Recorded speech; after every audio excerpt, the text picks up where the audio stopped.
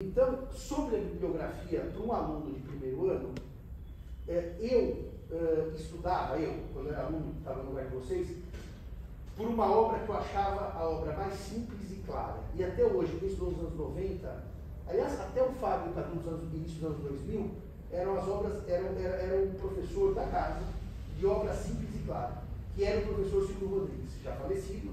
E o professor Silvio Rodrigues tinha no seu livro quase que um resumo muito bem feito, muito claro do direito privado. Então era muito gostoso do professor Silvio Rodrigues.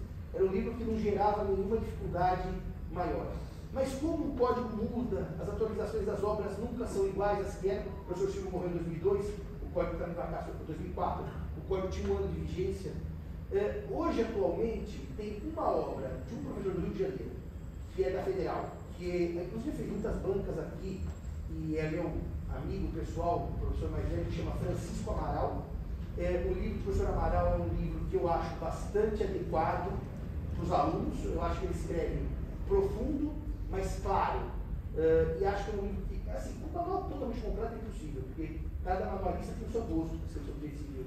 Mas eu acho que o manual do professor Amaral, ele dá bastante conta do recado. Professor, eu tenho uma curiosidade também, porque essa obra normalmente é pedida na prova de conhecimentos jurídicos para ingressar na pós. Também é um livro, como lembra a Bruna, para quem quer ir para o mestrado, está naquela lista de livros obrigatórios. E é realmente uma obra muito culta, muito gostosa. Espero que vocês já tenham contato com ela. Mas sempre aquela recomendação, né? Antes de comprar, dá uma lida para ver se gosta da obra, porque obra que a gente não gosta, a gente tem que comprar. O segundo livro que eu recomendo, eu estou saindo assim, talvez o livro menos óbvio, porque o professor Amaral não é um livro do dia a dia, mas é um livro bom. O segundo livro que eu recomendo vivamente para quem gosta de direito civil, e que também está na transição do antigo código para o novo, mas como ele está vivo e bem ativo, e atualizou a obra com alguma dedicação, é a obra do professor Silvio Venosa. O professor Venosa é aquele manualista da velha guarda, tá? Dos anos 90, quando eu estudava. Só que naquele tempo o livrinho dele era isso aqui. Hoje ele foi escrever uma nota bastante densa. O professor Venosa tem um detalhe, para quem gosta de romano, ele sempre fez notas de romano. Ele gosta de dar uma introdução romanista aos temas de civil e gosta de ser um clássico. O que é um clássico? Aqueles italianos, franceses, são os manuais dos anos que eu estudei, dos anos 90. Então, primeiro o Silvio Rodrigues, que já está mais atualizado, o professor Amaral, que está atualizado, o professor Venosa. E para quem quiser não for simpático com a linguagem do professor Venosa, se não gosta do estilo dele, um outro manual que está na mesma toada do Venosa é o Carlos Roberto Gonçalves. Ou seja, manuais mais antigos, uma perspectiva mais antiga. O que eu quero dizer mais antiga? Com mais citação de estrangeiro, com mais citação, com um quê de erudição. Até aí vai o Carlos Roberto. Então, eu já falei do Silvio Rodrigues, que é um clássico histórico, do professor Amaral, do professor Venosa e do professor Carlos Roberto. E o quinto manual, que eu chamo de manual da autoridade, para quem quer ler realmente uma coisa já do século XXI, feita no século XXI, por um autor que tem 2 anos a menos que eu, foi meu colega de São Francisco, e é um dos meus melhores amigos, é o professor Flávio Tartucci. O Tartucci hoje tem um manual que é absolutamente concentrando o direito atual. Ou seja, será que esse som está filmando ou tem que usar o microfone? Sim, professor. Seria melhor se eu usasse o microfone. Era melhor, né? Que usasse o microfone. Então, o professor Tartucci é um direito civil mais atual. É um direito civil já escrito no século XXI. Já escrito numa concepção do novo Código Civil, do Código 2002, do atual, não na perspectiva do Código 16. Os outros que eu lhes indiquei são livros da perspectiva do Código 16. Atualizados, claro, mas são livros do Código 16. O professor Tartucci, já deu a palavra, para quem gosta, ele faz um direito que eu chamo de mais social. Eu explico que é um direito civil mais social. O professor Tartucci gosta de pegar muito mais a principiologia, boa-fé, função social, dignidade da pessoa humana e aplicar os institutos numa leitura diferente da leitura tradicional, que era a leitura que eu aprendi no século XX. Tem aí 5 obras que são meras sugestões.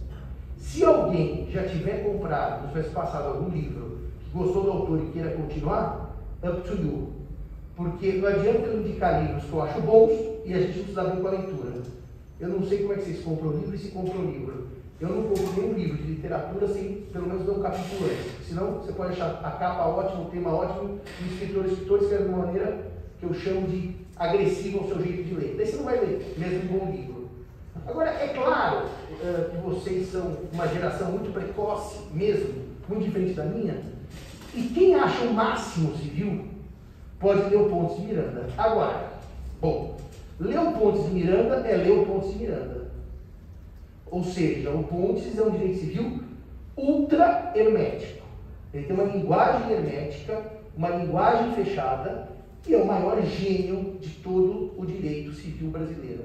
Ele não é só civilista, tá? Pontes escreveu sobre muitos temas. Mas para o direito civil, os 60 volumes, chama o Tratado de Direito Privado dele, são 60 volumes. Até hoje é uma obra imortal, porque ele escreveu nos anos 30, 40, mas são categorias jurídicas que não se alteram. Então o Pontes não precisa, mudou a lei, continua servindo o Pontes, porque o Pontes ele é atemporal. Mas eu digo para os senhores e senhoras o seguinte: eu li Silvio Rodrigues na graduação, a minha professora foi a professora Tereza Cona Lopes, e a gente dividia a matéria com o professor Fábio Maria de Matia. O professor Fábio indicava Rubens Dumont de França, que é um manual que nos anos 90 era muito lido, hoje já não é tanto, e a Tereza indicava o Silvio Rodrigues. Nós tínhamos dois manuais. Mas o Pontes é uma linguagem mais difícil. Vale a pena ler um capítulo de Pontes no primeiro ano? Não sei. No segundo, sim. Na teologia das obrigações, acho que você já tem uma base para poder ler pequenos excertos do Pontes, para começarem a se adaptar à linguagem dele. Mas eu repito, pessoas que, por exemplo, pretendem fazer penal, tributário, o Pontes é uma leitura de civilista para civil no direito privado, claro. Tem processo civil do Pontes, tem constitucional do Pontes, mas é de civilista para civilista. E os comercialistas gostam do Pontes. Portanto, o Pontes fica como uma dica, mas eu acho que é de futuro. Não acho que no primeiro ano os senhores devam se debruçar sobre o Pontes. Mesmo porque, eu não sei se os senhores chegaram a ler, na fase pré-faculdade, Guimarães Rosa. Guimarães Rosa é uma leitura muito densa, principalmente porque ele vai por um caminho literário que é quase filosófico, e você pode ler como óbvio, você pode ler as entrelinhas. Então, tem gente que fala assim, eu detesto Guimarães Rosa, porque eu acho que leu cedo. É como o Pontes. Eu preferia que os senhores não lessem tão cedo para poderem se dar o direito de gostar do Pontes mais para frente. Porque ler cedo é difícil, né? Alguém com 16 anos, às vezes lê certas obras do Essa de Queiroz, é para nunca mais abrir o Essa. Talvez com 20, 22, vocês pudessem abrir o Essa com outro prazer. Então, eu não sou contra ler o Pontes. É que eu acho muito cedo para no primeiro ano se debruçar. Só que há colegas meus que desde o primeiro dia de aula, no primeiro ano, mandam ler Pontes. Só Pontes. Então, é uma questão de forma de ensinar. O senhor quer fazer alguma pergunta, doutor? Qual é a opinião do senhor sobre o Caio Mário? O Caio Mário, interessante sobre essa pergunta do Caio Mário. Me perguntaram outro dia num evento jurídico lá em Recife, qual manual você estudou? Né? Então nós temos quase que um grupo de amigos, cada um contando a sua experiência com os manuais. É interessante, por exemplo, os amigos da Bahia, o Cícero não está aí hoje, Orlando Gomes era baiano e tinha uma grande influência, todo mundo estava pelo professor Orlando Gomes. O professor Caio Mário era do Rio de Janeiro. Então, se você fosse para o Rio de Janeiro, grande parte das pessoas dos anos 90 estudavam pelo Caio Mário. Aqui para o São Paulo, a gente normalmente estudava ou pelo professor Washington de Barros Monteiro ou pelo professor Silvio Rodrigues, que eram os dois catedráticos da São Francisco, e o professor Washington ele dava aula na PUC. Ele teve dupla carreira acadêmica. Né? Então a gente não estudava pelo Caio Mário. Eu fui ler Caio Mário muito depois da graduação. E eu digo para você por quê? Porque na minha leitura o Caio Mário não é linear nos temas. Ou seja, me parece assim, se o senhor me perguntar qual é o ideal de um aluno de graduação, é determinado com uma base. Os rococós, os complementos, ele vai adquirindo por tema e no momento que ele achar necessário. E eu, particularmente, achava a leitura do Caio Mário muito complicada. E agora eu fui reler Caio Mário com as sucessões, que eu estava preparando um texto, que eu já publiquei, e eu entendi por que eu achava tão complicado. O professor Caio Mário não é linear. Ele traz como se fosse um Windows, ele abre janelas e fecha no texto. Para um aluno menos avisado, aquilo é complicado, porque ele não sabe quando ele abriu a janela e fechou. Para um aluno já experimentado, é uma delícia, porque ele faz as notas dele, no meio do texto, interpoladas ao texto, e fecha. Só que eu achava, mas é gosto, viu? Que Caio Mário exigia um pouco mais de maturidade. Agora, é um grande livro, ou seja, não há nenhum problema com o Caio Mário, pelo contrário. É uma obra de primeiríssima qualidade. Quem se sentiu bem com o Caio Mário, siga. Mas se o senhor quiser, por curiosidade, pegar a biblioteca do Sr. Silvio Rodrigues, do Sr. Caio Mário, escolha, tipo assim, da coação, que é o vício do consentimento, que é um tema bem fechadinho, e lê as duas obras. E o senhor vai perceber o que eu estou dizendo. O Silvio, ele é linear, não tem janela do raciocínio. O Caio Mário traz uma informação, fecha. Então, isso é uma habilidade de leitura, que nem todo mundo gosta. Eu, particularmente, na graduação, não gostava, interessante isso, João. Eu gostava demais do Silvio Rodrigues. Eu li Obrigações do Professor Washington, que foi a tese de cátedra dele, os 2 volumes, e aquilo é uma aula didática, e li Orlando Gomes, porque Orlando Gomes em contrato seria imbatível. A obra do professor Orlando Gomes em contrato é uma pérola do conhecimento, mas eu não lia Caio Mário. Já minha melhor amiga de faculdade só lia o Caio Mário. Então é uma questão de gosto, mas o livro é espetacular, não há nenhuma crítica, é só uma questão de gosto. Agora, só uma nota também sobre isso que o senhor perguntou. A ideia de pegar um livro e formar coleção, ou seja, ler todos do mesmo autor, era o que a gente fazia nos anos 90. A gente começava no primeiro do Silvio Rodrigues e ia para o 7. Ninguém quebrava a coleção no meio. Se eu fosse dizer hoje para o senhor, eu dizia, não faz isso. Faz cada semestre um volume de um manual para o senhor conhecer novos pensamentos, desde que vocês tenham um manual de qualidade. A ideia de ter uma coleção completa hoje, eu acho menos útil do que você ler os vários autores. Até porque lendo os vários, você pode escolher algum que você gosta mais, que dá mais respostas. Eu repito, senhor, eu fui monotemático. Eu li Silvio Rodrigues do 1º ao 5º ano. E só lia Silvio Rodrigues. Daí o que acontecia? Quando eu queria ir para as obrigações, eu ia para o Washington depois do Silvio. Quando eu queria para contratos, eu ia para o Orlando Gomes depois do Silvio. Mas o Silvio era aquela leitura obrigatória, que eu fazia resumo. Naquele tempo a gente fazia fichamento à mão, né? O livro, eu ia lendo cada capítulo e fichando. Então, hoje vocês podem fazer um computador que é um pouco mais avançado. Então, o Caio Mário é excelente. Se o senhor gostou dele, siga com o Caio Mário. Então, já dei o manual do Sr. Tartucci, como eu chamaria do manual mais updated, já do século XXI, já com uma nova linguagem, voltando no Silvio Rodrigues, que é o clássico do meu tempo, mas que morreu sem atualizar a obra, porque ele morreu em 2004, foi em 2003, então o livro dele ficou mais histórico. Só cuidado com uma coisa que eu queria dizer para os senhores. Um único cuidado sobre o livro. Às vezes, em direito civil, os senhores compram um livro atualizado por um certo autor, que leu, portanto, o autor principal e fez as suas observações. Eu não sei se vale muito a pena para um aluno de primeiro ano ler um livro atualizado, que não pelo próprio autor. Explico por quê. Porque daí você não sabe se é normalmente o autor ou o atualizador que pensou aquilo. Às vezes eles ainda separam, né? O livro, o texto principal e o atualizador com outro caractere, outra letra. Mas eu sempre recomendo a vocês que no primeiro contato com a matéria, leiam alguém que escreveu a matéria.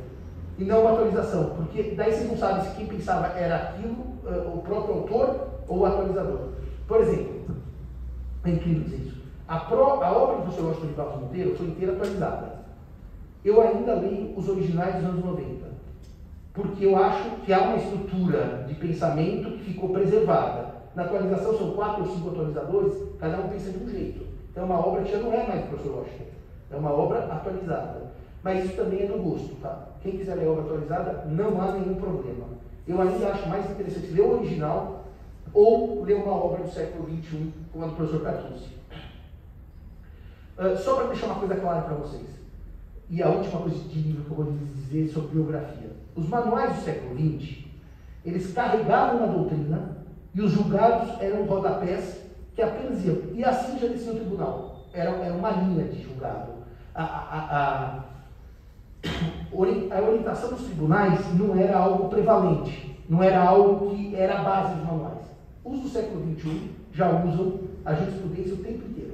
Então, se vocês lerem a obra do professor Nelson Rosenwald e Cristiano Chaves, professor Flávio Tartucci, a jurisprudência vem no corpo. Sabe aquela coisa de ter bastante julgado?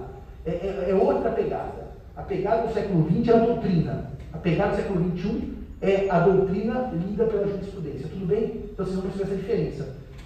A grande crítica aos manuais do século XXI é que jurisprudência hoje você acha no localizar em qualquer site de maneira simples. No meu tempo a gente tinha que tirar xerox de jurisprudência nas revistas, nos repertórios. Hoje vocês estão no Google. Então, são livros com muito julgado e que eu não sei se não perderam um pouco da sua função mais didática. Mas, ó, tá aí, tá posto. Eu acho a literatura uma obra bem razoável para o primeiro ano de faculdade. Mais alguma dúvida sobre biografia ou alguma dúvida sobre o procedimento do curso? Não? Bem, então nós vamos, nessa primeira aula, fazer uma grande revisão. Depois eu vou apresentar cada um dos nossos monitores mais ao final e dizer como está cada um deles. Vamos fazer uma grande revisão na nossa primeira aula, certo? Vamos estudar direito civil, certo? Já tivemos noções de direito civil, certo? O que é o direito civil? Que é o que nós vamos estudar esse semestre. O que é o direito civil? Alguém sabe o que é o direito civil? Ou sobre o que trata o direito civil? Quem vai se arriscar? A aula tem que ser socrática, só sobre 1h30 que eu estou falando. Vocês não aguentam nem eu. Mesmo porque eu não tenho uma voz especialmente bonita. E senhores, senhoras, o que nós vamos falar de direito civil? O que é direito civil? O que vocês viram de direito civil no semestre passado, no primeiro semestre do curso de vocês? Nada. Nós não fomos à aula, nós não estávamos nem aí para a matéria, e agora nós vamos estudar. Não, agora é sério. Vocês viram o que é direito civil? Algum tema que vocês leem no sistema de direito civil? Algum tema? Nascitura. Pessoa. Muito bem. Vocês viram nascitura das pessoas, certo? Vocês viram pessoa jurídica? Vocês viram pessoa jurídica. Então vocês viram a pessoa natural, o ser humano, a pessoa jurídica, né? A associação, fundação, sociedade. Vocês viram essas duas coisas. E além dessas duas coisas, vocês devem ter visto também alguma coisa sobre bens, os objetos da relação jurídica. Tudo bem? Então, o direito civil se chama direito civil porque essa aqui foi uma coisa que eu aprendi e internalizei quando eu estava um dia, primeira vez que fui dar uma palestra em Lisboa, e eu palestrei com o professor Tartucci ao lado de um civilista que faleceu esse ano, que foi, na minha leitura, o mais importante civilista português do século XX, que é José de Oliveira Ascensão. E Ascensão começou a sua conferência em 2006, aliás, eu fui a convite do COMID, quando ele estava presidindo o NELB. Exatamente quando eu estava presidindo o NELB. Foi minha primeira palestra em Lisboa. Civil vem de civitas. Civitas é a cidade. Portanto, o direito civil é o direito do cidadão. É o direito da cidadã. Portanto, quando a gente estuda direito civil, a gente estuda um ramo do direito privado, certo? Em que a relação é entre particulares. E esse direito civil que cuida da relação entre particulares, ele é o que eu chamo de clínica, o médico que é clínico geral. Por que clínico geral? Porque ele cuida de tudo que eu não preciso de uma especialização. Porque alguns ramos foram se autonomizando e saindo do civil. Vou dar um exemplo que todo mundo conhece. O direito do trabalho nasce como ramo do direito privado, assume uma especialização, até que nos anos 1930, com Getúlio Vargas, tem a CLT. A CLT, a Consolidação da Lei do Trabalho, é retirar do civil algo que era civil, relação de empregado com empregador. Então, as relações privadas que não sofrem uma especialização sistêmica, essas relações permanecem tuteladas pelo direito civil. As duas grandes perdas do civil foram, em termos de, quando perdas, matérias que saíram e que não voltam mais, são duas, no século XX. Uma, as relações de trabalho, que a CLT cria regras próprias, em que o contrato de trabalho é tão próprio que fica um mix entre o direito público e privado, tamanha intervenção do Estado sobre aquele contrato. Quase que a CLT vai dizer aos particulares: vocês podem bem menos do que vocês imaginam que podiam naquele contrato de trabalho. Vai tirando. Normalmente, quando a gente faz isso, é por nulidades. Você não pode, se fizer nulo, não pode. O não pode é uma forma de retirada de autonomia privada. Então, a CLT representou uma autonomização do direito do trabalho, que até então seguiu o Código Civil, que era o diploma de contratos dos anos 30. Qual foi o segundo ramo do século XX em que o civil perdeu espaço? Era direito do consumidor. Nos anos 90, o Brasil editou o Código de Defesa do Consumidor, que até hoje permanece e é uma das leis mais, eu diria, mais updated, porque é um tema que está sempre em debate. E por que o consumidor sai do direito civil? Porque se entendeu também que havia necessidade de uma regulamentação especial em favor de alguém que era muito desigual com relação ao outro alguém com quem contratava. Fornecedor e consumidor são muito desiguais, e essa desigualdade é basicamente uma desigualdade no campo da informação. Vamos dizer que quem nos vende conhece bem mais do que nós que estamos comprando, vamos dizer assim, e portanto nesse ritmo entendeu-se que era melhor que as relações de consumo tivessem tutela própria. E essa tutela própria é retirada do Código Civil. Se os senhores olharem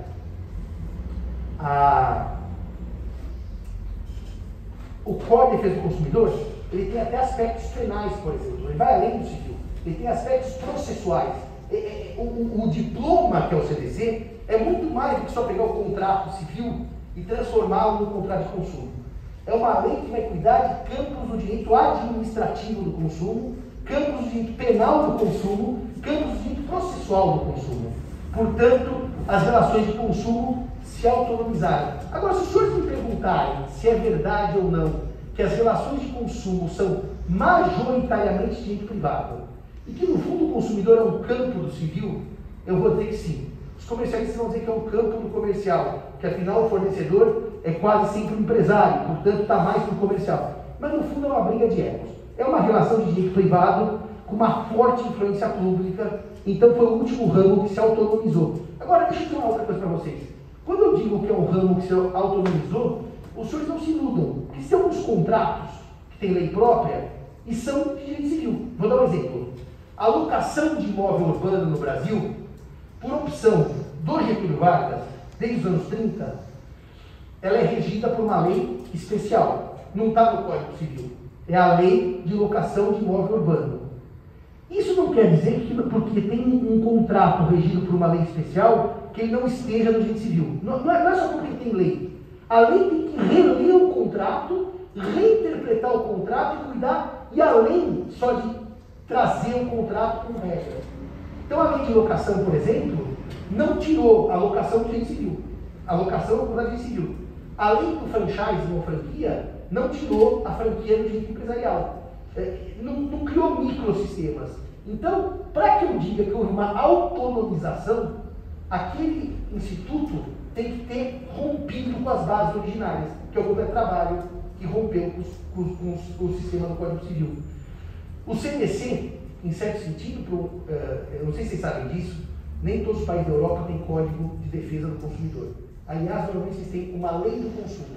Os países europeus, dá aula de máscara para quem tem asma, não vai ser fácil, mas... Quer pegar água lá? Deixa você me arrumar água, Bruna, vamos ver se isso melhora, mas dar aula com máscara com asma não vai ser fácil.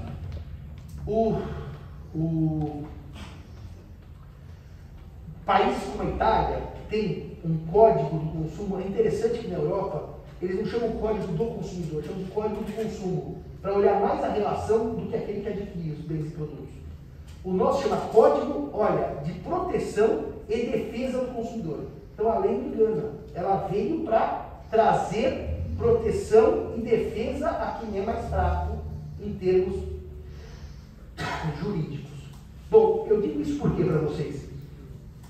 O direito civil cuida de tudo isso.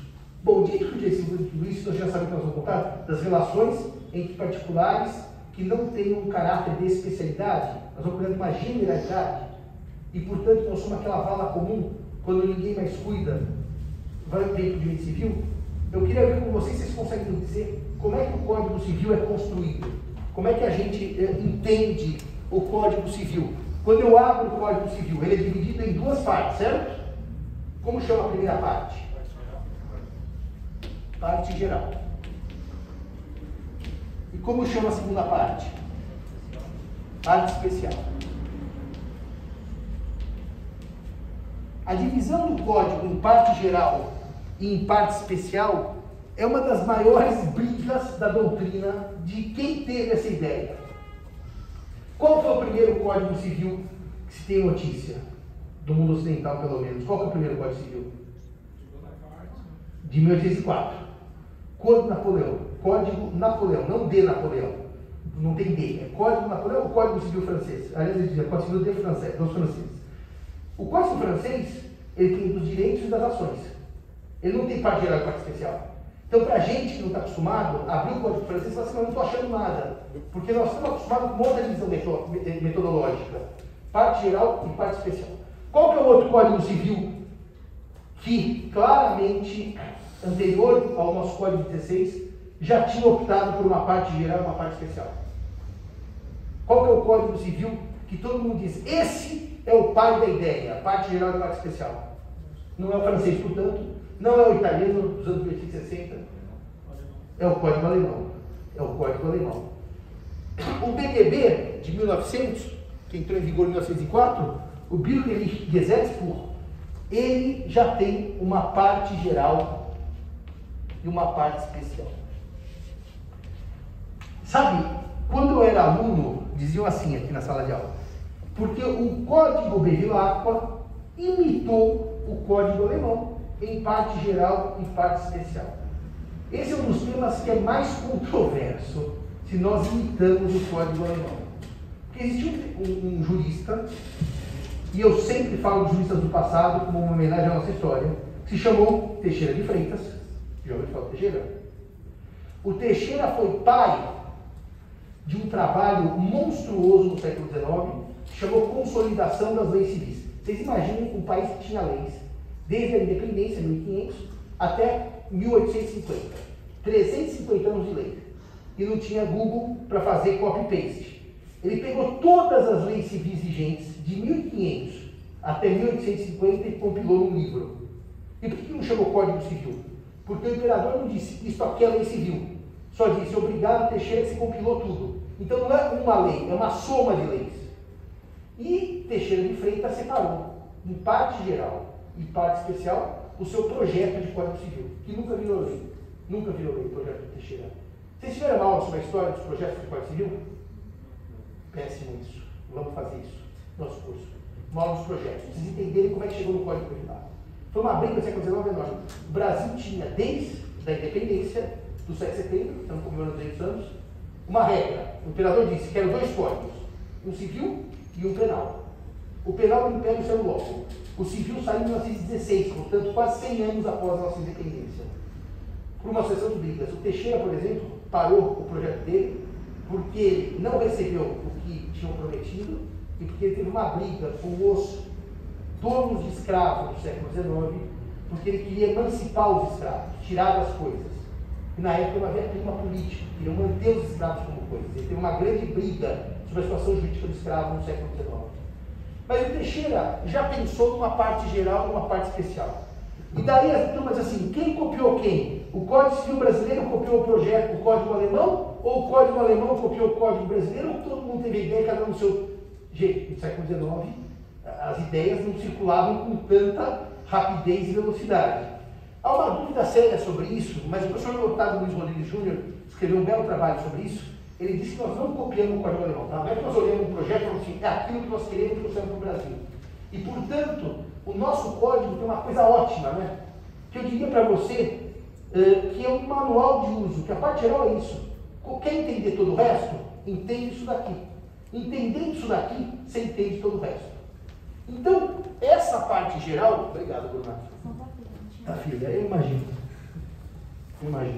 Essa parte geral, ela vai buscar em Carl Friedrich von Savigny, ou Savigny, que o S, ele é da Alsácia, mas o S em alemão é Z e em francês é S, as três grandes categorias do direito que até hoje prevalecem. Quando se pensa em direito, se divide o direito em categorias que são três. E o Código fez isso, como Savigny fez isso. E que até hoje nós não conseguimos ser muito disso. Daqui a pouco eu vou falar sobre os animais. Quais são as três grandes divisões de categorias jurídicas que nós temos?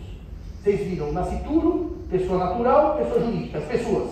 Essa é a primeira grande categoria jurídica das pessoas, que são os sujeitos de direito. Os sujeitos de direito. Ainda pegou gelado, hein, Bruna? Que beleza. A segunda grande categoria, vocês viram, as coisas, que são os objetos da relação jurídica. Que são os objetos da relação jurídica.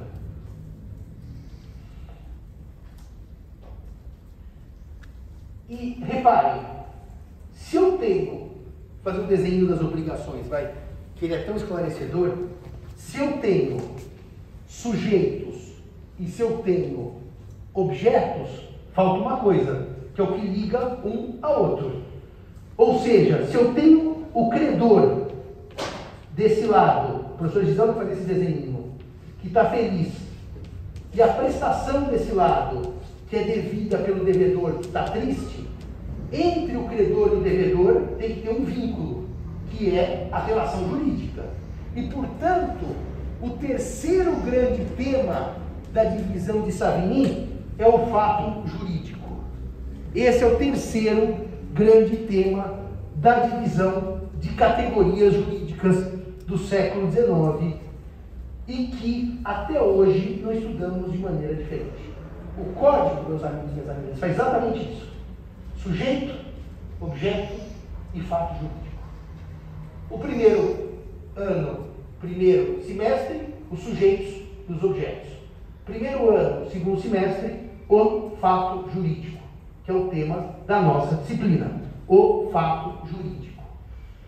Dito isto, que os senhores encararam sistematicamente o Código Civil, eu diria para os senhores que esse tema aqui é de suma relevância. Tem 2 semestres de Direito Civil que são aqueles que eu chamaria de fundamentos da base, que ajudam os senhores a entenderem tributário, trabalhista, empresarial, até administrativo, que tem contrato administrativo, tem ato administrativo. E esses 2 semestres fundantes são este e o próximo, que tratam das 2 teorias gerais. Teorias gerais, por óbvio, que dão base a todas as teorias que depois se especializaram. Esse semestre é a teoria geral, que vai cuidar do negócio jurídico, e no próximo é a teoria geral das obrigações, que é a base de qualquer obrigação, civil, empresarial, tributária, administrativa e assim por diante. Agora reparem, essas 3 categorias do Savigny nunca foram postas de maneira séria em causa. Não tem um autor que diz assim, a Savigny errou. Tanto os códigos civis do Ocidente servem isso aqui. Então isso aqui é o óbvio, sabe aquilo que está na base de todos os ordenamentos que a gente usa? Porque a Europa, com base no direito romano, segue essa linha. Depois os países sem código, que são os países de origem que eu chamaria do direito costumeiro, como a Inglaterra, mas os Estados Unidos tem o direito costumeiro, mas também tem na Louisiana um código civil francês. Então os países de tradição romano-germânica seguem essa ideia. Essa ideia nunca foi colocada em choque de maneira séria. Nunca foi colocada em dúvida de maneira séria. Eu acho que o primeiro momento em que a gente está vivendo realmente uma leitura séria é o direito dos animais. O direito dos animais pôs muito em xeque essas 3 categorias. É muito interessante isso, porque quando eu tinha aula aí onde os senhores estão, o tema do direito dos animais era o tema de 3 segundos. Eu vou dizer qual é que era. Das coisas. Só um detalhe rápido. Chamar das coisas ou dos bens não é exatamente a mesma coisa. O Código 16 usava das coisas, o Código atual usa dos bens. Porque prevaleceu um entendimento que era o da obra de Silvio Rodrigues, mas não era só dele, tá? Mas era o que ele defendia, que coisa é um gênero e bem é uma espécie. Alguém sabe dizer por quê que bem é menos que coisa e coisa é mais que bem? Por que um é maior e o outro é menor? Alguém sabe a diferença de coisas e de bens? as coisas úteis e raras, suscetíveis de apropriação, e portanto são dotadas de um valor econômico, que são úteis e raras, suscetíveis de apropriação, eu posso incorporar ao meu patrimônio, são bens. Então os bens não são todas as coisas, são algumas coisas.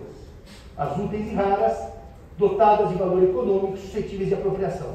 Simão, eu já vi gente que escreve diferente. Essa classificação não é óbvia. Tem 10 debates na doutrina, mas é do código. Tanto que o código não diz mais das coisas móveis, ele diz dos bens móveis. Ele não diz mais das coisas fungíveis, ele diz dos bens fungíveis.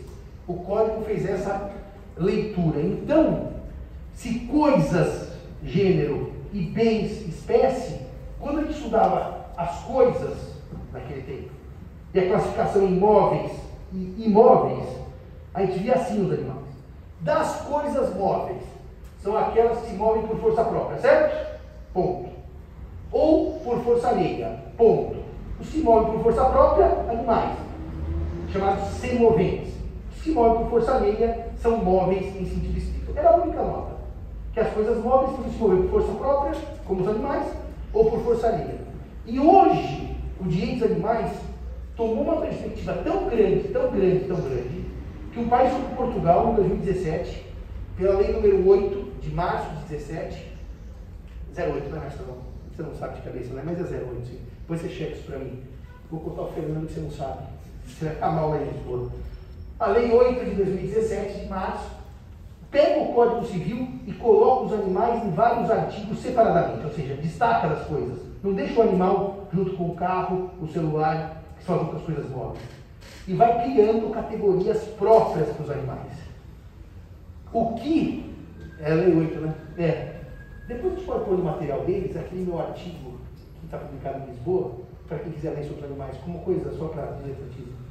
Eu publiquei um artigo sobre os animais que acabou virando jurisprudência no STJ. O STJ tem sistematicamente citado esse meu artigo lá.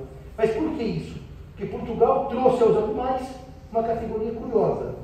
Os animais não são pessoas. E por que não são pessoas? Porque não estão lá nos titulares de direitos e deveres, como a pessoa jurídica e a pessoa natural. Mas os animais, ao mesmo tempo, para o direito português, não são coisas.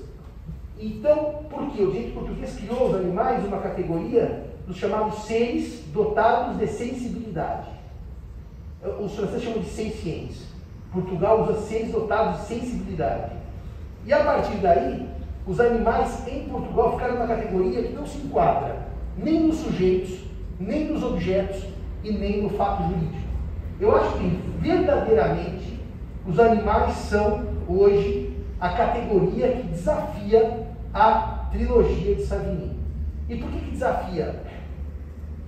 Porque quando você afirma, como faz o Código Alemão, que é anterior ao português em reforma, os animais não são coisas, reparem, está escrito no Código Alemão, Die Tiere sind nicht keine Sachen. Os animais não são coisas, está escrito.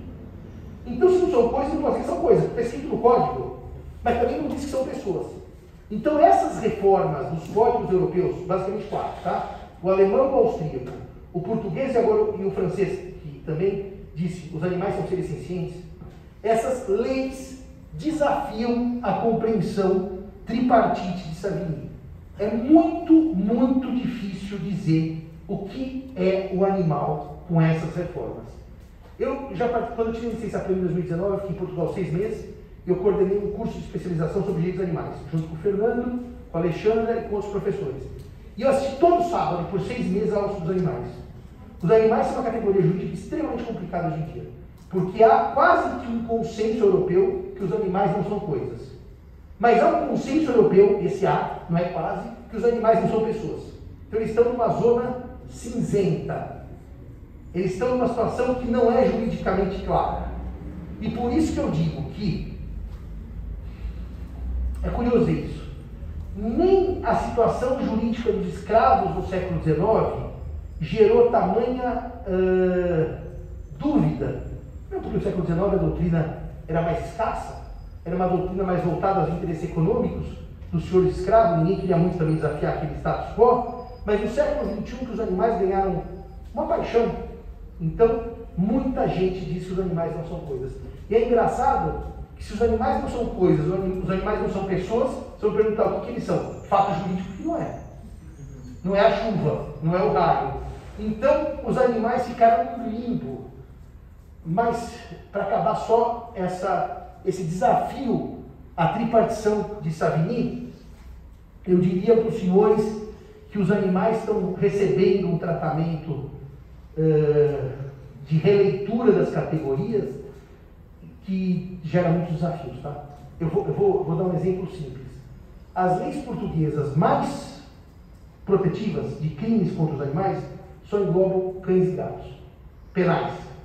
O Código Civil deu uma abrangência grande aos animais, mas a lei penal de proteção é para cães e gatos. E daí surgem muitas perguntas que eu só vou fazer 2 ou 3 para mostrar como é difícil a situação. Por que proteger cão e gato e não o sujeito que tem como animal de companhia um porco ou um coelho? Os ingleses são pródigos de terem coelhos de animal de estimação. Nós não, nós somos mais cães, gatos e pássaros. E esse é o primeiro desafio. E segundo, por que eu protejo um cão e um gato e não protejo uma vaca que vai ser abatida? Ou uma galinha que bota ovo até exaustão? As questões dos animais são muito profundas. Elas estão longe de serem simples. E eu acabei estudando muito, porque eu fiquei lá 6 meses estudando esse tema e publiquei um pequeno artigo que saiu na revista de Direito Brasileiro, que foi o primeiro caso da cachorrinha do STJ, que foi para o STJ, aqui, para se discutir quem teria a guarda, o ex-marido ou a ex-mulher. E daí eu fui citado nesse julgado, porque eu digo que no Brasil nós não rompemos com essa tripartição de Savigny.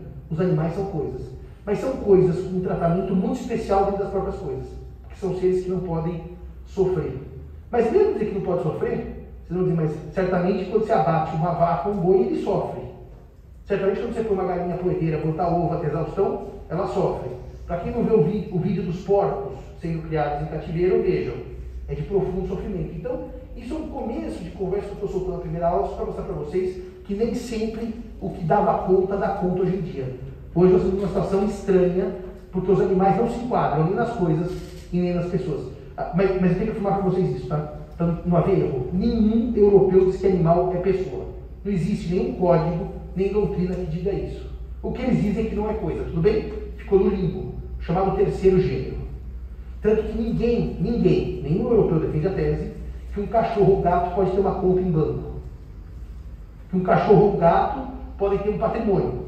Morreu o Lagerfeld, queria deixar para a gata um patrimônio, para a gata. Não dá para no testamento na França dizer, deixa para minha gata. Isso não existe, porque gato não é pessoa. Tudo bem até aqui? Então, os animais desafiam essa tripartição de Savigny. Dito isto, fizemos essa nota sobre a parte geral. Os senhores vão me dizer como é que se divide a parte especial do código. Quais são os temas que a gente estuda depois do primeiro ano na parte especial? Reais. Está aqui. Obrigações está aqui em cima. E depois? Sucessão é o último livro. E depois, família. Porque o livro de direito empresarial, claro que está no Código Civil, está na parte especial, mas é um livro que não cabe aos civilistas tratarem. Então, o primeiro livro do Código Civil da parte especial é o livro das obrigações, que é o maior. É o maior porque a teoria das obrigações vai desde uma teoria geral, que é aquela que se vê semestre que vem, que é a fundamental para entender a obrigação. Depois da teoria geral das obrigações, você vai ver a teoria geral dos contratos, depois os contratos em espécie, e ainda nós temos mais um tema de responsabilidade civil, mais um tema de obrigações, que é a responsabilidade civil, que são os atos ilícitos, os danos. Então vai desde a teoria geral, contratos e danos. É o grande livro do Código. É o livro mais, que eu diria, maior e mais caprichado. Os direitos reais é complicado, tanto que eu não dou mais aula disso. O tema mudou tanto, o Código sofreu tantas reformas desde 2002, que hoje os direitos reais estão praticamente desconfigurados em termos sistêmicos. É difícil dar aula sobre um tema que o legislador optou por reformar, e não uma vez, tá? São reformas sucessivas. Se vocês olharem no computador, o Código Civil das Coisas, ou direitos reais, vocês vão ver que aí temos várias leis que foram alterando o código nessa matéria. Acho que depois da multipropriedade teve lei nova, né? Porque tem lei nova em real sempre, né? Tem lei nova em real sempre. Tem o fundo de investimento. O fundo de investimento que mudou o Código Civil. Tem, agora tem as garantias, se passar. Agora, só para dar uma nota, foi bom que você lembrou isso. Tem um projeto que está assim, na beira, sabe do chute para virar lei? Aquele que, quando eu digo na beira, é assim, que é um consenso do Congresso que quer e o presidente também quer. Então não há briga política, que é um projeto que vai, eu diria, mudar o direito civil sensivelmente. Nós não temos aqui no Brasil uma lei que só cuide de garantias. Garantias pode ser uma fiança, um aval, uma hipoteca, uma garantia fiduciária. E esse projeto quer tirar. Mas ele não vai tirar, ele vai tirar do Código Civil, né? Vai alterar o Código Civil? Então vai alterar o Código Civil para mexer nas garantias. Então vai ser uma grande outra reforma, mas enfim. De qualquer maneira, a lei das coisas, só para dar uma nota de nomenclatura, por que eu não chamo de direitos reais, chamo de direito das coisas? Porque o livro que cuida do direito das coisas, ele cuida da posse e dos direitos reais. E a posse não é direito real. Então ele chama das coisas para incluir a posse, que é onde o livro começa. E depois família e sucessões. Aqui na Sanfran, historicamente, era assim. Primeiro ano, parte geral, como vocês vão ter. Segundo ano, teoria geral das obrigações e contratos. Tinha também os contratos em espécie, portanto, se acabava a parte contratual. Terceiro ano, os danos. Primeiro semestre, sociedade civil. Depois vinha coisas, no segundo semestre, só 6 meses. E depois tinha um de família e um de sucessões. Então, até o final do quarto ano, acabava todo o direito civil. Tá? Porque coisas eram um semestre, família um semestre, sucessões um semestre. Com a reforma da grade, que os senhores já são, claro, totalmente na grade nova, já estão com a grade nova totalmente implantada, vocês tiveram perda de um semestre inteiro de civil. Então, o que aconteceu? Civil perdeu aulas, número de aulas e número de disciplinas. Então, agora, o curso dos senhores é desenhado assim. Primeiro ano, a parte geral inteira. Acabou o primeiro ano, teoria geral das obrigações, semestre que vem. No próximo semestre, que seria o segundo ano, os senhores têm teoria geral dos contratos e contratos em espécie. Só que, como essa matéria perdeu aula, nós não damos todos os contratos em espécie. Então, nós damos algumas espécies de contratos. As mais famosas, a compra e venda, a doação, a alocação, o mandato. Quem quer completar os outros contratos tem que fazer uma matéria optativa, que eu dou às sextas-feiras, que eu vou dar esse semestre às sextas-feiras, já estou dando essa turma. Essa turma só era para ser dada no primeiro semestre, mas eu pedi assistência acadêmica para dar no segundo, que é uma turma assim, muito cheia. Como são contratos em espécie, é coisa que as pessoas têm interesse em estudar. Então eu vou dar sexta-feira. Acabou. Contratos no ano seguinte, senhores têm responsabilidade civil e coisas, e no último ano, família e sucessões é um condensado, no primeiro semestre do quarto ano. Não é mais um ano, é um condensado. Temas de família e temas de sucessões. Portanto, quando os senhores acabam o primeiro semestre do quarto ano, acabou o civil dos que eu chamaria da base. Depois, os senhores têm matéria específica de sucessões, para quem quiser complementar, mas civil acaba no meio do quarto ano. Então é esse o desenho do direito civil, é esse o desenho do curso dos senhores. Alguma dúvida, alguma pergunta? Alguma observação? Bem, se os senhores não têm dúvidas, nem perguntas, nem observações, eu vou, nesta meia hora de aula, tentar fazer com os senhores uma pequena retomada do que os senhores estudaram no semestre passado, com algumas linhas sobre os temas. Claro que eu não vou dar um semestre inteiro em meia hora, só linhas sobre o que os senhores estudaram. Essas linhas são relevantes para que a gente possa prosseguir a conversa. São linhas, eu diria, de básicas para prosseguir. São linhas, não é estudar tudo de novo, porque não dá em meia hora um semestre. Mas os senhores começaram no semestre passado estudando as pessoas. A pessoa natural. Tudo bem até aqui? A pessoa natural, os senhores estudaram uma figura, que é a figura do nascituro, está lá no artigo 2º do Código Civil, e eu vou fazer linhas para ver se nós estamos na mesma página para prosseguir a matéria. Quem é o nascituro? Podem se arriscar. Aluno que não erra não é aluno, tem que falar o que vocês quiserem. Aqui é totalmente democrático. Fala e a gente vai afinando o conhecimento. O que é o nascituro? É o ser humano entre a fecundação e o nascimento. É o ser humano entre a fecundação e o nascimento. Aqui pode haver um pequeno problema, porque eu posso ter um embrião fecundado e não inserido no útero de mulher. Então ele pode ser um embrião que não é nascituro. Tá bom, tem gente que chama de embrião e nascituro a mesma coisa. Mas nos clássicos, doutor, quando há fecundação extrauterina, ou seja, pelas técnicas de reprodução assistida, eu tenho um embrião, não nascituro.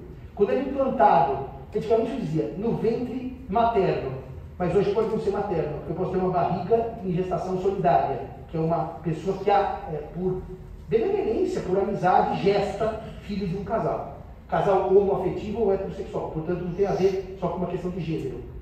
Pode ser uma mulher que tem problema uterino que não possa, ela, gestar a criança. Então, o nascituro, eu gosto de falar que ele é, no fundo, o ser humano em que já houve a fecundação, portanto, já houve o encontro dos gametas, porque senão espermatozoide e óvulo, claro, não são um nascituro, e que esse ser humano que já foi fecundado está hoje nidado. Nidado quer dizer sendo gestado por mulher.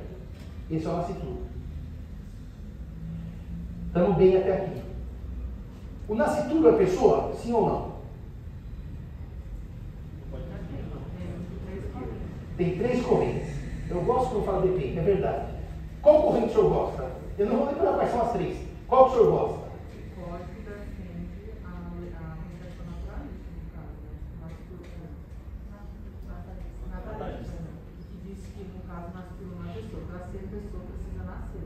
Para ser pessoa precisa nascer com vida, não é isso do artigo 2º? Essa é a teoria de Bevilacqua, que hoje na São Francisco é minoritária. A professora Silmara Quinelato, há muitos anos, defende a teoria concepcionista, que é hoje que prevalece, inclusive nos tribunais, que o nascituro é pessoa. É pessoa desde a concepção, mas novamente, eu estou falando só daquele que está nidado no ventre de mulher, porque o embrião teria outras consequências, que não é o caso quando eu vou dar o curso de novo no primeiro ano inteiro. Mas hoje a São Francisco é mais concepcionista que natalista. Para dizer que ele é pessoa, desde o nascimento. Só que se nasceu com vida, ele confirma direitos que ele já tinha. Se nasceu morto, o natimorto não é pessoa, porque foi, mas deixou de ser. É só uma questão de saber se ele não é e começa a ser teoria natalista, ou se ele já é e continua a ser teoria concepcionista. Está claro para vocês? Se ele é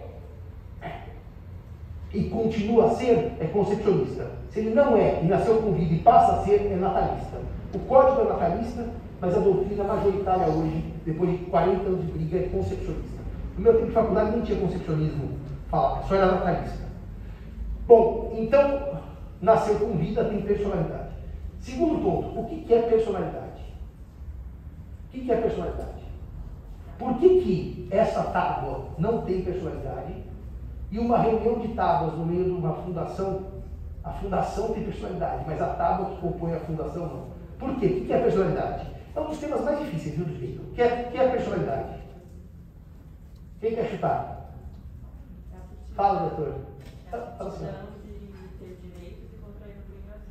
Então, o problema é que a aptidão para ter direito ou contrair obrigações, muita gente chama isso de capacidade e não de personalidade. Esse é o grande tema duvidoso da parte geral. Que nome que eu dou a essa aptidão? Porque, veja,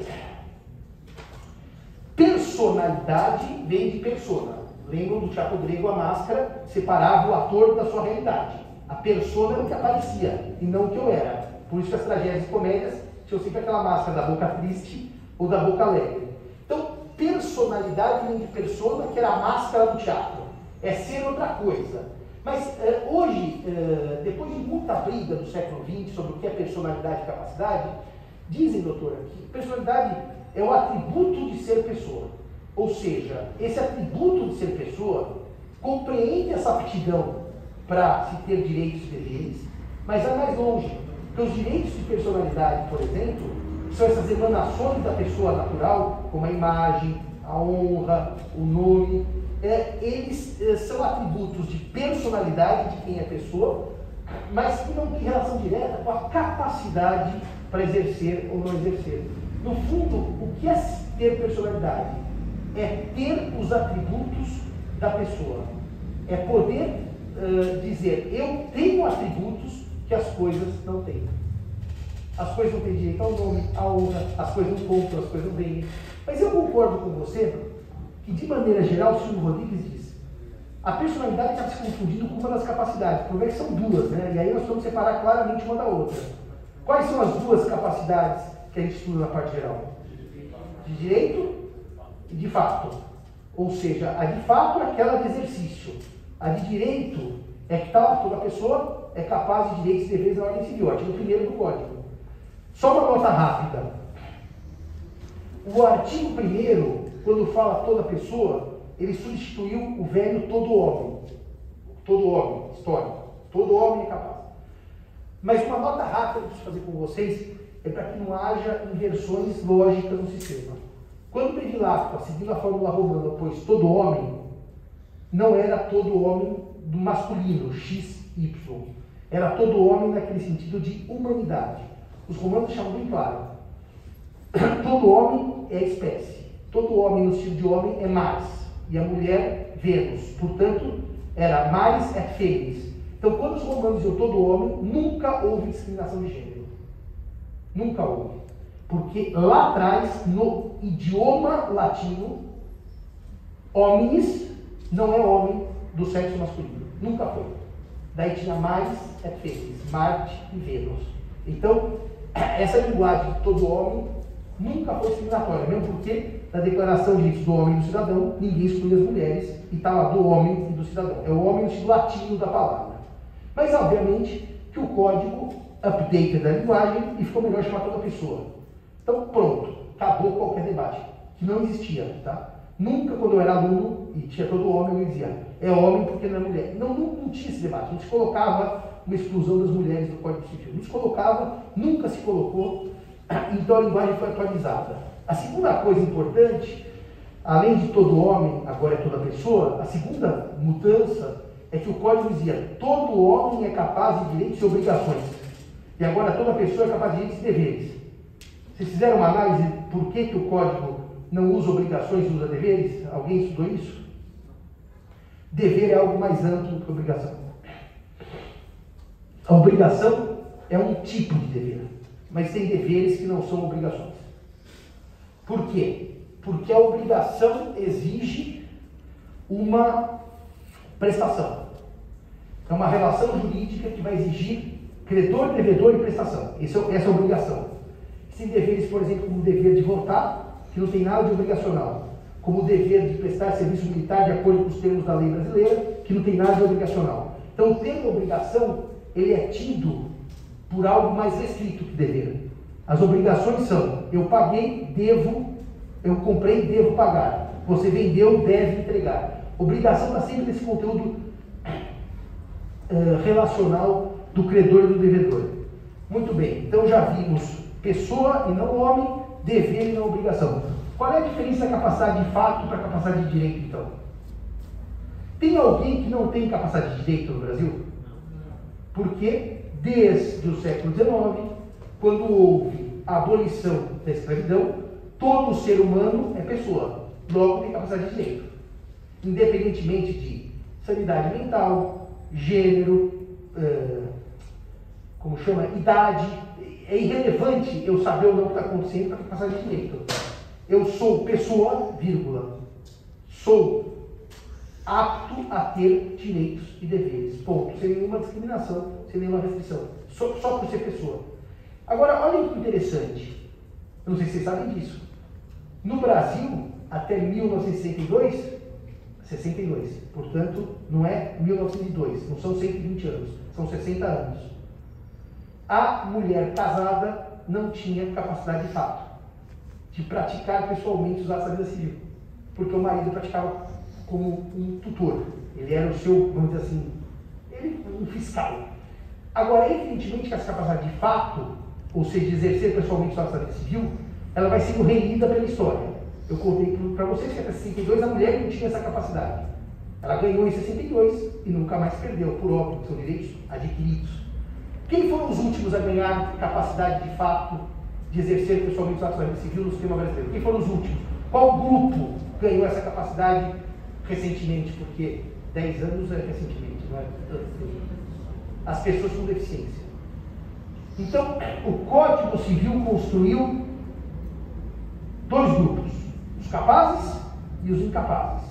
De fato, porque de praticarem pessoalmente os atos da vida civil. Estamos todos na mesma página? Essas pessoas podem ter propriedade? Claro. Podem ter direitos e deveres? Tem. Mas não podem exercê-los pessoalmente. Vou fazer uma nota para os senhores, que é uma provocação. E não vou muito além. Foi um grande debate no Brasil.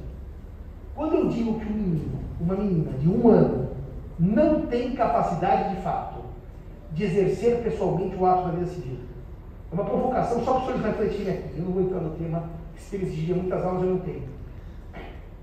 Alguém acha que o sistema tem preconceito quando diz que uma criança de 1 ano não pode praticar pessoalmente o ato da vida civil? Alguém diria que o sistema é preconceituoso porque não deixa esse menino de 1 ano, essa menina de 1 ano praticar o ato da vida civil? Alguém? Quem acha que é preconceito, diga. Se eu estou com um senhor ou uma senhora, tá? Sofre um acidente cerebral, uma doença. Então, numa cama em coma. Sabe o que significa em coma? Fecha os seus olhos. Eu perdi meu pai recentemente, ele ficou em coma 2 semanas. Põe uma máscara e a pessoa dorme. Tudo bem? Ela não sabe o que está acontecendo à volta. Se eu disser que essa pessoa é incapaz, se o senhor sente que isso é preconceito, uma pessoa em coma ser considerada incapaz, se fala de incapacidade como uma leitura, é para ajudar alguém que precisa de alguma ajuda, porque um menino de 1 ano não pode celebrar um contrato, um menino de 1 ano não pode celebrar um contrato, uma senhora ou um senhor que estão em coma não podem celebrar contrato. E precisa celebrar contrato? Claro. Por exemplo, pagar o seguro-saúde. Por exemplo, se são inquilinos, tem que pagar o aluguel. São atos da vida civil que crianças e pessoas que estão sem discernimento praticam. Então, só para vocês darem uma nota, chamar alguém de incapaz não é chamar alguém de ser inferior. É alguém que precisa, naquele momento, de uma ajuda.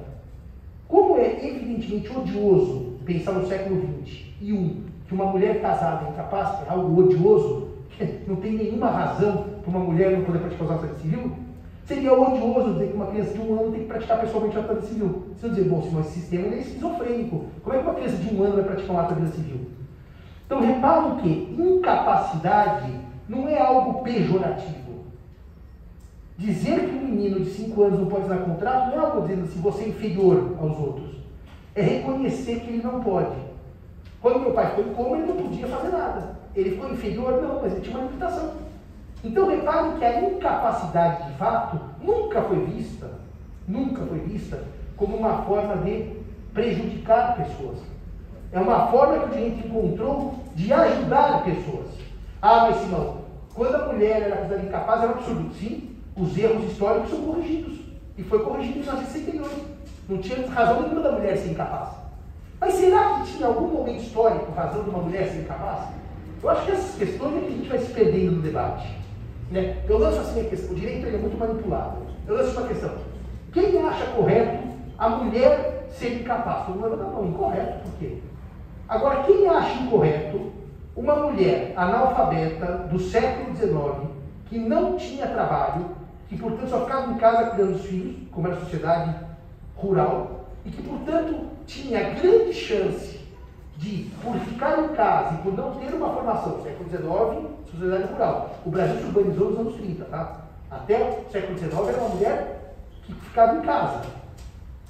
E até essa pesquisa é muito interessante, porque hoje os ingleses quantificam quanto vale o trabalho da mulher em casa. E vale uma nota. Quer ver o debate masculino? Ah, mas as mulheres ficam em casa e não fazem nada. Vale, e vale muito economicamente o trabalho do lar, tá? Mas vamos tirar essa questão. Será que na época, no século XIX, quando se pensou na mulher, era uma norma de ódio à mulher ou de proteção de uma mulher que estava numa situação jurídica e social fragilizada? É um debate histórico. É só uma percepção de que as coisas mudam. E por que eu vou trazer esse debate para vocês? Será que a pessoa com deficiência, quando é tida por capaz, como fez a reforma, Estatuto de Pessoa com Deficiência, será que ele acertou em tudo? Acertou numa parte? Tem partes boas, tem partes ruins? Será que a gente precisa ler esse estatuto com os olhos um pouco críticos? Porque como o direito é manipulável, eu pergunto aqui para os senhores, quem é contra a inclusão? Ninguém. Nem eu, nem ninguém. Mas quem é a favor da proteção? Então, entre inclusão e proteção existem parâmetros. E que eu acho, se vocês não estudaram isso, criticamente o Estatuto da Pessoa com Deficiência, não sou eu que vou fazer, porque não é minha matéria, vale a pena.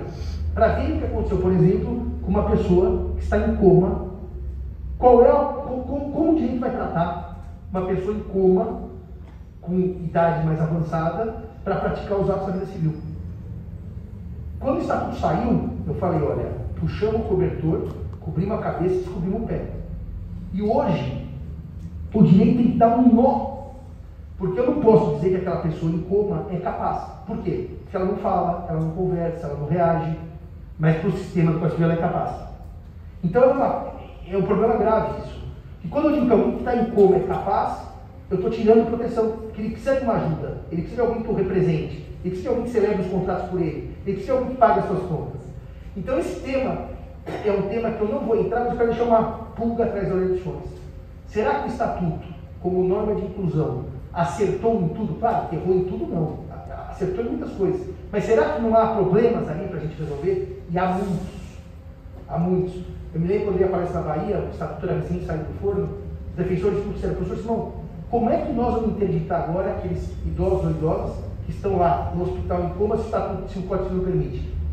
Falei, pergunta para quem fez o Estatuto. São pessoas que precisam de proteção. Então, incapacidade não é diminuição no sentido de você é pior que alguém. É olhar alguém que precisa de um tratamento diferenciado. Já foi causa de discriminação? Já. Atualmente não é.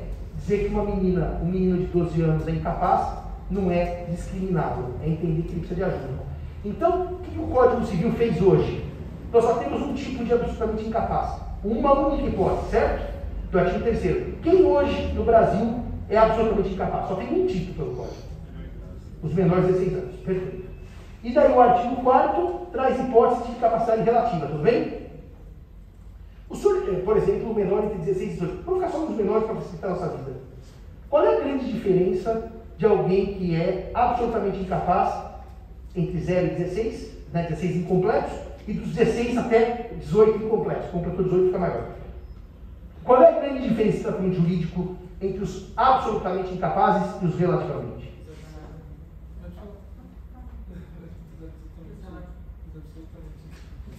Bom, os senhores decidam. Se os dois forem falar juntos, não, se os dois forem falar juntos, os senhores falam do mesmo tipo. Os dois falam do absolutamente e depois do relativamente.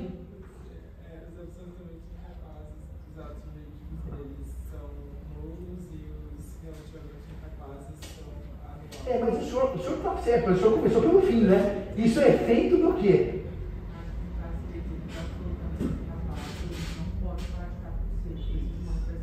É isso. Na verdade, isso é um efeito jurídico. Claro, você está correto. Os absolutamente incapazes não praticam ato. Alguém faz por eles. É o instituto da representação. Então, o menino de 3 anos não assina o contrato. É o pai ou a mãe ou o tutor que assinam por ele. E o efeito dele assinar, vamos pegar o menor com 12 anos, assinar o contrato, é que o contrato é nulo. Então, o artigo 3º remete ao artigo 166. Está correto. E os relativamente incapazes praticam os atos ajudados, que em termos jurídicos ajudar é assistir. Então eles praticam o ato ao lado dos seus assistentes legais. Então, se o menor, olha que coisa interessante, muito comum no fórum, muito comum no fórum. O menor, os pais se divorciam, ele tem lá 10, 12 anos, a mãe representando a equação contra o pai. Quem dá a procuração para o advogado? A mãe representando o menor. Tem escrito assim, João, que é o menor, representado por sua mãe neste ato, outorga poderes ao advogado. Mas é ele, representado. O João de 12 anos não assina a procuração, certo? Quando o João completa 16, ele mudou de status. Ele não é mais absolutamente incapaz, certo? Ele é relativamente incapaz. Quem tem que praticar o ato da vida civil? Ele, João, auxiliado por sua mãe, tudo bem? Então vocês concordam comigo que a procuração que a mãe deu quando ele tinha 12 anos representando está perfeita, mas com 16 já não serve mais, né? Porque agora é ele que tem que escolher praticar o ato da vida civil. Estão entendendo isso? Então, naquele momento, você tem que tomar nova procuração do João auxiliado ou assistido pela mãe. Se não fizer, o negócio jurídico é anulável. O artigo 3º vai para o 166, que é nulo. E o artigo 4º vai para o 171, que é anulável. É assim, 3º 166, 4º 171. Então, estamos tudo bem até aqui. A incapacidade pode ser absoluta ou pode ser relativa. Vamos ao 3º instituto. O que é emancipação? O que é emancipação?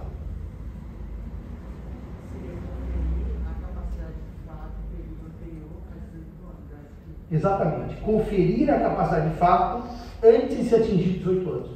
Emancipação não é atingir a maioridade. Maioridade é um fato da vida, se você completar 18 anos. Ninguém é maior antes dos 18 anos, mas você pode ser menor e capaz.